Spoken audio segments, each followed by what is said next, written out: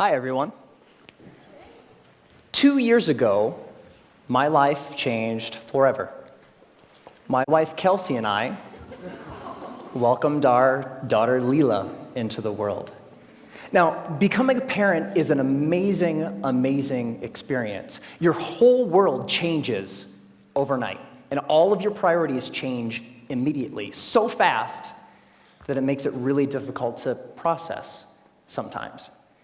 Now, you also have to learn a tremendous amount about being a parent, like, for example, how to dress your child.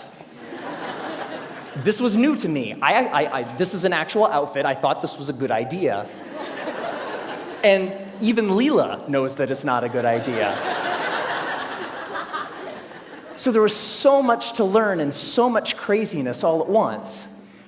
And to add to the craziness, Kelsey and I both work from home. We're entrepreneurs. We run our own businesses.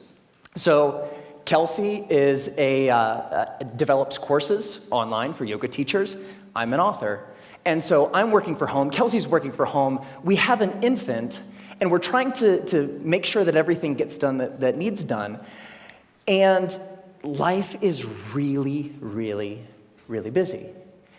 And a couple weeks into this amazing experience, when the sleep deprivation really kicked in, like around week 8, I had this thought, and it was the same thought that parents across the ages, internationally, everybody has had this thought, which is, I am never going to have free time ever again.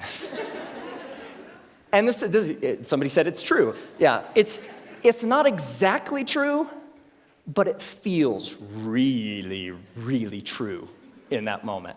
And this was really disconcerting to me, because one of the things that I enjoy more than anything else is learning new things.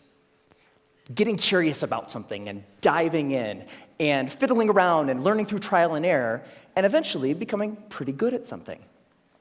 And without this free time, I didn't know how I was ever going to do that ever again.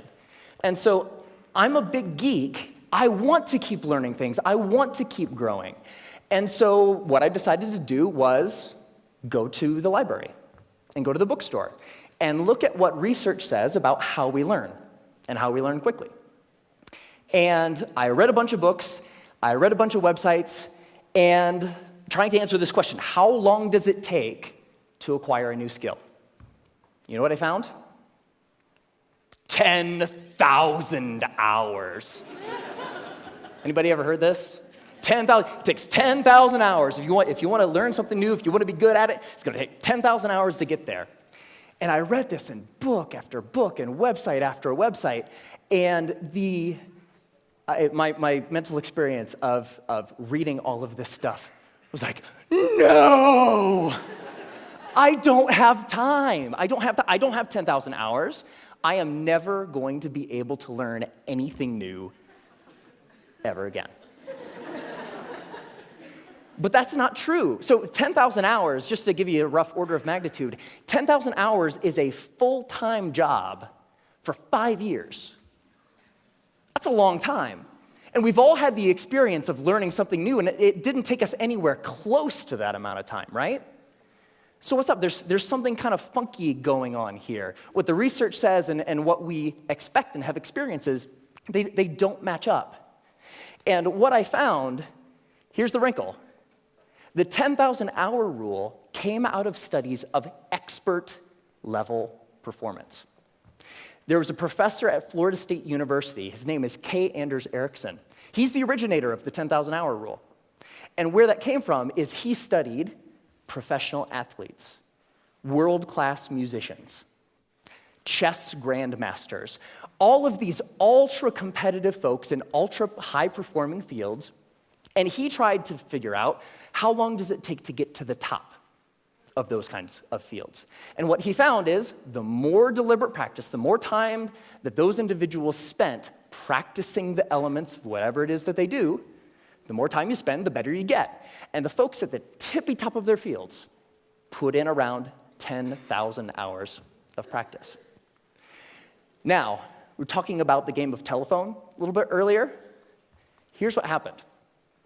An author by the name of Malcolm Gladwell wrote a book in 2007 called Outliers, the Story of Success. And the centerpiece of that book was the 10,000 hour rule. Practice a lot, practice well, and you will do extremely well. You'll reach the top of your field. So the message, what Dr.